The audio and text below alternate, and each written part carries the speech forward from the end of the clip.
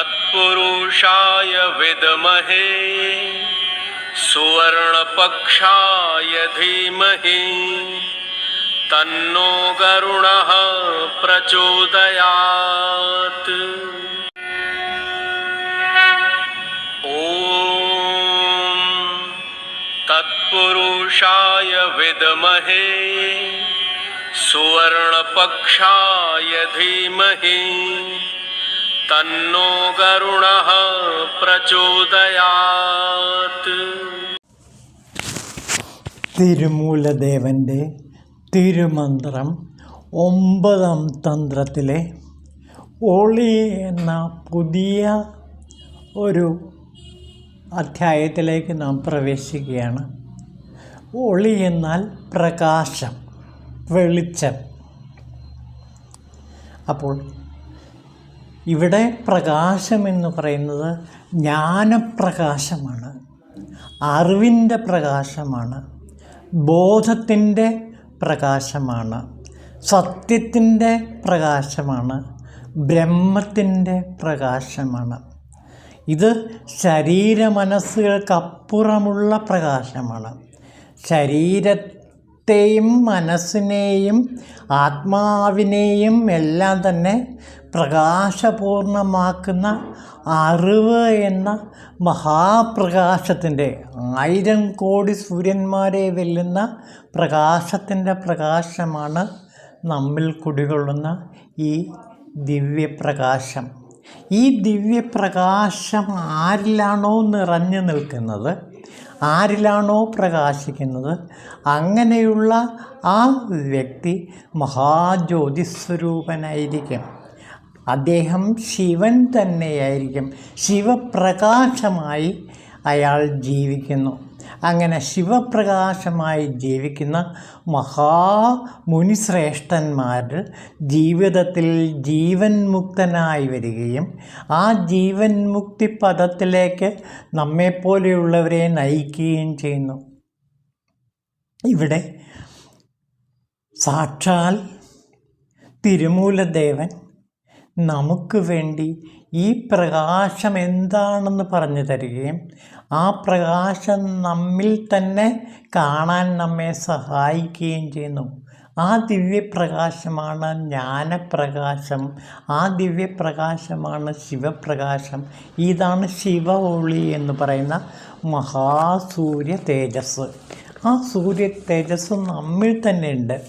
ഈ സൂര്യ തേജസ് നമ്മിൽ തന്നെ ഉണ്ടെന്ന് വ്യക്തമാക്കുന്ന ഏറ്റവും പ്രധാനപ്പെട്ട ഒരു മഹായോഗി തമിഴകത്തുണ്ടായിരുന്നു. അദ്ദേഹം അരുൾ പെരുഞ്ചോതി വള്ളലാർ രാമലിംഗസ്വാമികളാണ്. അദ്ദേഹം തന്നെ അദ്ദേഹത്തിൻ്റെ ഗീതത്തിൽ പറയുന്നുണ്ട്, അരുൾ പെരുഞ്ചോതി അരുൾ പെരുഞ്ചോതി തനിപ്പെരുങ്കരുണ അരുൾ പെരുഞ്ചോതി. ആ അരുൾ പെരുഞ്ചോതിയെ സാക്ഷാത്കരിക്കാൻ ആർക്കാണോ കഴിയുന്നത് അവർ തീർച്ചയായിട്ടും മഹാശിവപ്രകാശത്തെ ഉൾക്കൊണ്ടവരാണ്. ഇത് വള്ളലാർ രാമലിംഗസ്വാമികളുടെ ജീവിതത്തിലും വളരെ പ്രധാനപ്പെട്ടൊരു ഘടകമാണ്. അദ്ദേഹം ഏറെക്കാലം ജീവിച്ചത് കരിങ്കുഴി എന്ന സ്ഥലത്താണ്. ആ കരിങ്കുഴി എന്നുള്ള സ്ഥലം, അതായത് ബ്ലാക്ക് ഹോൾ എന്ന് പറയുന്ന സ്ഥലം, മരുതൂറിനടുത്തുള്ള ഒരു സ്ഥലമാണ് കരിങ്കുഴി. അവിടെയാണ് അദ്ദേഹം ദീർഘനാൾ വസിച്ചത്. ഈ കരിങ്കുഴിക്കൊരു പ്രത്യേകതയുണ്ട്. അതായത് ഇത് ശരിക്കും ബഹിരാകാശത്തുള്ള കരിങ്കുഴി, ബ്ലാക്ക് ഹോൾ തന്നെയാണ് ഈ ഭൂമിയിലുള്ള ഈ കരിങ്കുഴി, മരുതൂറിനടുത്തുള്ള കരിങ്കുഴി.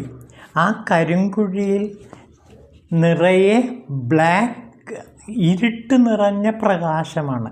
അതായത് പ്രകാശത്തിൻ്റെ സൂപ്പർലേറ്റീവ് ഡിഗ്രിയാണ് ഈ കറുപ്പ്. ആ പ്രകാശം ശരിക്കും ബഹിരാകാശത്തുള്ള പ്രകാശരശ്മികളെ ആവാഹിക്കുന്ന ബ്ലാക്ക് ഹോളാണ് എന്ന് പറയപ്പെടുന്നു.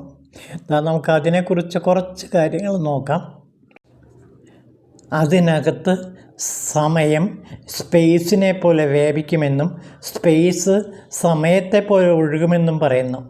ഭാവിയിൽ നിന്നും ഭൂതത്തിൽ നിന്നുമുള്ള പ്രകാശം കാണാനും മറ്റും ഈ പ്രതിഭാസത്തെപ്പറ്റി ശാസ്ത്രജ്ഞർ പ്രവചിക്കുന്നതിന് മുമ്പ് തന്നെ ഈ നാമം വഹിച്ചിരുന്ന ഒരു സ്ഥലമുണ്ടായിരുന്നെന്നും അവിടെ വച്ചാണ് ഇന്നും മനുഷ്യ മനസ്സുകൾക്ക് മനസ്സിലാകാനാകാത്ത പ്രതിഭാസമായി നിൽക്കുന്ന ശ്രീ വള്ളലാർ പ്രപഞ്ചത്തിൻ്റെ ഭൂതവും വർത്തമാനവും ഭാവിയും ദർശിച്ച് പൂർണ്ണമായി തീർന്നതെന്നുമുള്ളതുമാണ് ആ യാദൃച്ഛികത. എല്ലാ പ്രകാശവും ഉള്ളിൽ ആവാഹിക്കപ്പെട്ട് ആർക്കും ദർശിക്കാൻ പറ്റാതെ നിൽക്കുന്ന മഹാജ്യോതിസിനെ ദർശിക്കാനും അതുതന്നെ ആയിത്തീരാനും ആ മഹാനുഭാവനായ വള്ളലാർ രാമലിംഗസ്വാമികൾക്ക് കഴിഞ്ഞു. അങ്ങനെ മഹാപ്രകാശമായി കരിങ്കുഴിയിൽ വച്ച് തന്നെ അദ്ദേഹം മഹാപ്രകാശമാകുന്ന ശിവജ്യോതിയെ പ്രാപിച്ചു എന്നാണ് പറയുന്നത്. ഈ ദീപപ്രമാണത്തെ അദ്ദേഹം പിന്നീട് കവിതയാക്കി മാറ്റി. നമുക്ക് ആ കവിതയിലെ പ്രകാശധാരയെക്കുറിച്ച് കൂടി അല്പം മനസ്സിലാക്കാം. അതാ നോക്കൂ, പ്രകാശിക്കുന്ന ദീപത്തിൽ കാര്യം, കാര്യകാരണം, കാരണം എന്നീ 3 വെളിച്ചങ്ങളുണ്ട്.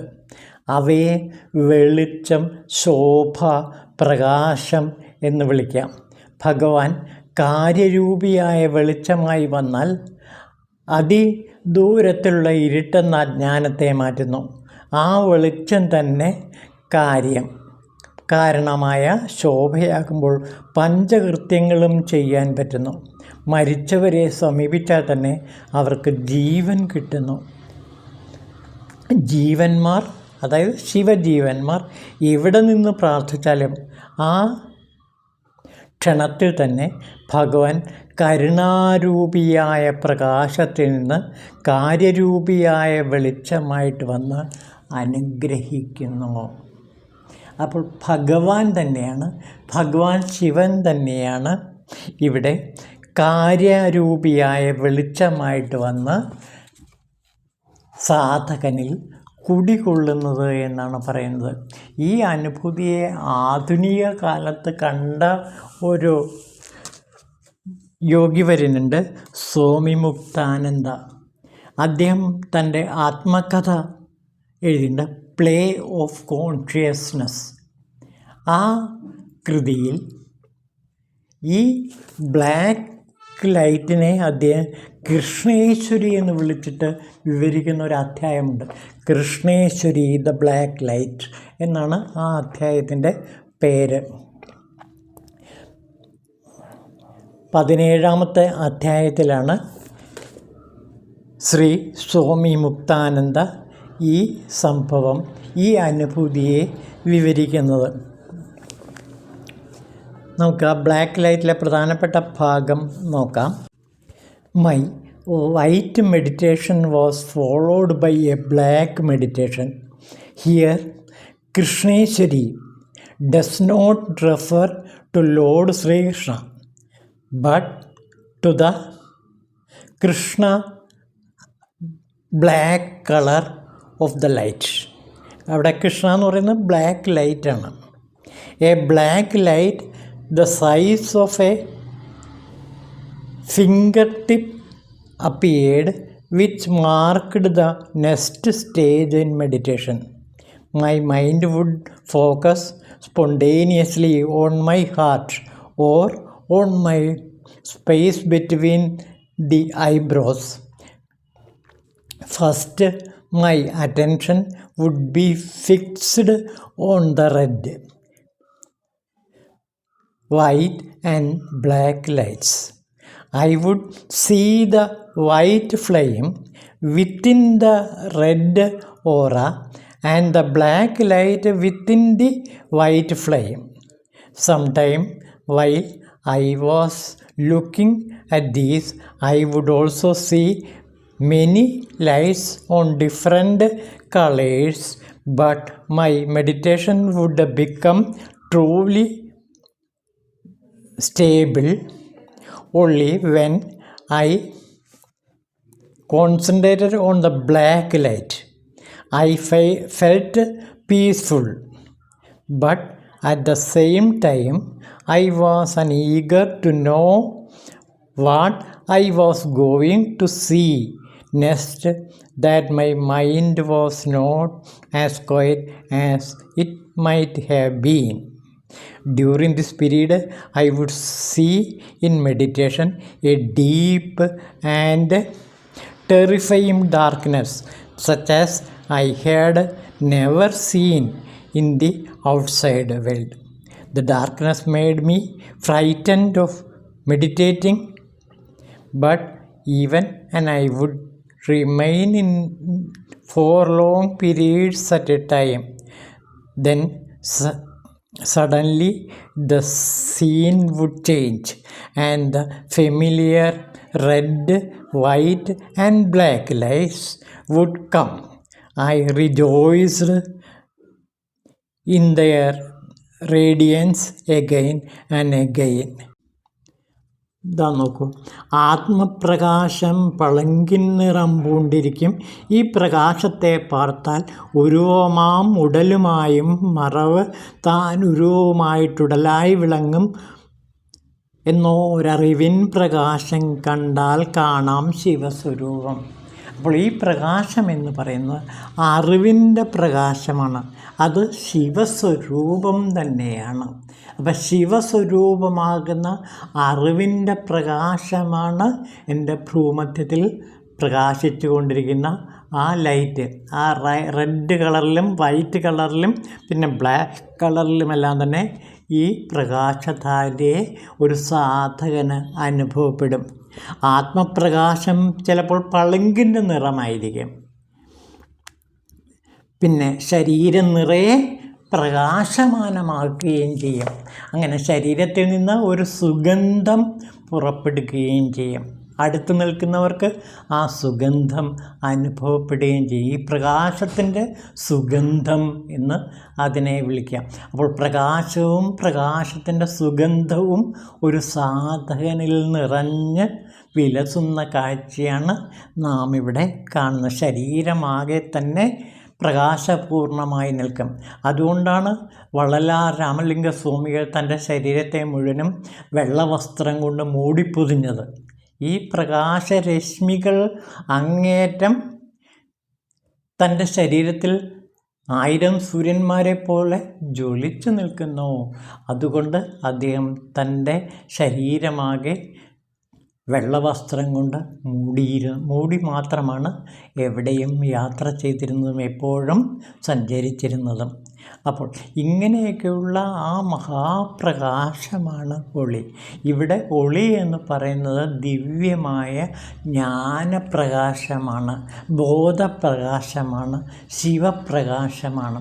അപ്പോൾ ഒരു സാധകനിൽ നിരന്തരം സാധന ചെയ്യുമ്പോൾ ഉണ്ടാകുന്ന ഈ പ്രകാശധാരയെ അയാൾക്ക് കണ്ടെത്താനും ആ പ്രകാശത്തിൻ്റെ സുഗന്ധം അയാൾക്ക് മാത്രമല്ല ചുറ്റും നിൽക്കുന്നവർക്കും അനുഭവിക്കാനും അവരിൽ തന്നെ അജ്ഞാനത്തിൻ്റെ അന്ധകാരത്തെ ഇല്ലാതാക്കാൻ ഈ പ്രകാശം അവരിലേക്ക് വ്യാപിക്കുകയും ചെയ്യുന്ന കാഴ്ച നാം കാണുന്നു. അതാണ് മഹായോഗികൾ അടുത്ത് നിൽക്കുമ്പോൾ ആ നിമിഷം നമ്മുടെ തന്നെ സാധകൻ്റെ ഭക്തൻ്റെ തന്നെ ആ മനസ്സിലെ എല്ലാ ഇരുട്ടുകളും അജ്ഞതയും മാറിപ്പോവുകയും അപ്പോൾ ഒരു സ്പർശം കൊണ്ട് അല്ലെങ്കിൽ ഒരു നോട്ടം കൊണ്ട് ഈ ദിവ്യപ്രകാശത്തെ നമ്മിലേക്ക് പ്രക്ഷേപിക്കാൻ ഒരു മഹായോഗിക്ക് കഴിയും. നമ്മുടെ 18 സിദ്ധന്മാരിൽ പലർക്കും ഈ മഹാകഴിവുണ്ടായിരുന്നു. അവർ ശരിക്കും ദിവ്യജ്യോതികളായിരുന്നു, പ്രകാശരശ്മികളായിരുന്നു.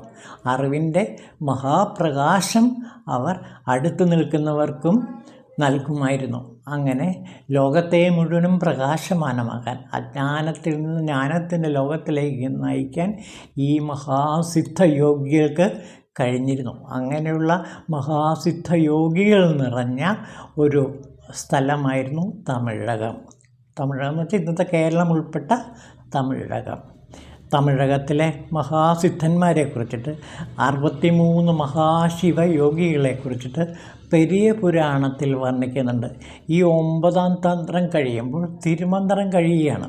അതിനുശേഷം നമുക്ക് പെരിയ പുരാണം എന്ന മഹാപുരാണത്തിലേക്ക് മഹാജ്യോതിസ്വരൂപന്മാരായ 63 ശിവയോഗികളുടെ മഹാജീവിത പ്രകാശത്തിലേക്ക് നമുക്ക് പ്രവേശിക്കാം. ഓം ശിവായ തിരുമൂലദേവായ നമഃ.